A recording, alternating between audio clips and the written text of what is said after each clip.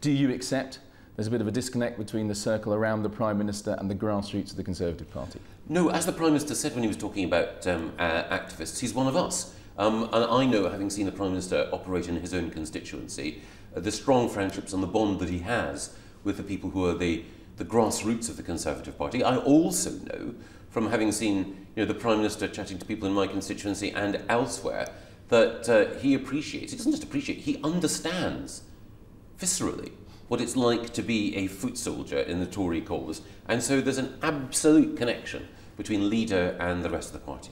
Nick Clegg today accusing Conservative MPs of parliamentary game playing. Is that helpful?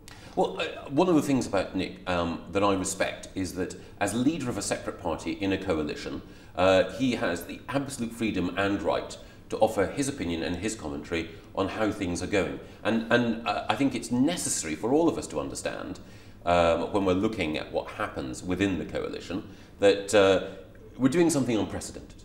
Two parties are setting aside sometimes their own, deeply held beliefs in the national interest. And that is a good thing. Now, sometimes those beliefs bubble over. Fair enough. But what I think is good is that Nick Clegg has pledged to work with David Cameron to reduce the deficit, to expand the number of free schools and academies, and to tackle the problems that we have with a welfare system that was inefficient and a migration system that wasn't working. And I think that the positive commitment that Nick Clegg is making to the coalition and to working with Conservatives is the most important message from today. But it's going to get harder to hold this coalition together, isn't it? We're already seeing that Conservatives, especially in the last 10 days, have become much more concerned with issues such as Europe, same-sex marriage, which put them at odds with the other part of the coalition. It is going to simply become more difficult to hold this coalition together to 2015.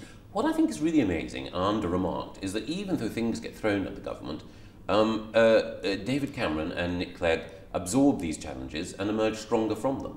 So, of course, yes, there's been parliamentary turbulence over the course of the last 2 weeks, but what's happened at the end of it? David Cameron is leading a party which is more united around a proposition on Europe, that we need to renegotiate the terms of our membership, than ever before. This proposition is more radical and more brave than anything that any previous Conservative leader has done. And at the same time, as David laying out this clear Conservative line, Nick Clegg is pledging that he wants to work more closely with David than ever before in the national interest on the issues that we agree on. I think that the under-remarked and under-noticed thing is how radical David is being, and yet at the same time how strong the relationship at the top of the government and amongst ministers everywhere is.